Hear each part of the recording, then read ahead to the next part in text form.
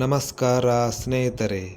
ಹೈದರಾಬಾದ್ನ ರಾಜೀವ್ ಗಾಂಧಿ ಅಂತಾರಾಷ್ಟ್ರೀಯ ಕ್ರಿಕೆಟ್ ಕ್ರೀಡಾಂಗಣದಲ್ಲಿ ಶುಕ್ರವಾರ ನಡೆದಿದ್ದ 2024 ಇಂಡಿಯನ್ ಪ್ರೀಮಿಯರ್ ಲೀಗ್ ಟೂರ್ನಿಯ 18ನೇ ಪಂದ್ಯದಲ್ಲಿ Sunrisers Hyderabad Chennai super Kings ವಿರುದ್ಧ 6 ವಿಕೆಟ್ಗಳ ಗೆಲುವು ಪಡೆಯಿತು.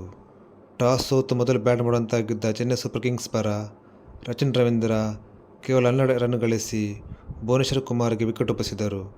ಋತುರಾಜ್ ಗಾಯಕ್ವಾಡ್ 26 ರನ್, ಅಜಿಂಕ್ಯ ರಹಾನೆ 35 ರನ್ ಸಿಕ್ಕ ಉತ್ತಮ ಆರಂಭದಲ್ಲಿ ದೊಡ್ಡ ಇನ್ನಿಂಗ್ಸ್ ಆಡುವಲ್ಲಿ ವಿಫಲರಾದರು. ಶಿವಮ್ ದುಬೆ 24 ಎಸೆತಗಳಲ್ಲಿ 4 ಸಿಕ್ಸರ್ ಹಾಗೂ 2 ಬೌಂಡರಿಗಳೊಂದಿಗೆ 45 ರನ್ ಗಳಿಸಿದರು. ಕೊನೆಯಲ್ಲಿ ರವೀಂದ್ರ ಜಡೇಜಾ 23 ಎಸೆತಗಳಲ್ಲಿ ಅಜೇಯ 31 ರನ್ ಗಳಿಸಿದರು.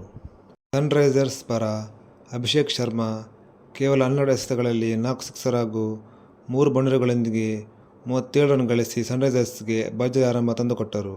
ಇನ್ನು ಟ್ರಾವಿಸ್ ಹೆಡ್ 24 ಎಸೆತಗಳಲ್ಲಿ 31 ರನ್ ಗಳಿಸಿದರು.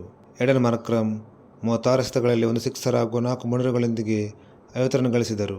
ಹೆನ್ರಿಕ್ ಕ್ಲಾಸೆನ್ 10 ರನ್ ಹಾಗೂ ನಿತೀಶ್ ರೆಡ್ಡಿ 14 ರನ್ ಕೊನೆಯವರೆಗೂ ಕ್ರೀಸ್ನಲ್ಲಿ ನಿಂತು ಹೈದರಾಬಾದ್ ತಂಡವನ್ನು ಗೆಲುವಿನ ದಡ ಸೇರಿಸಿದರು.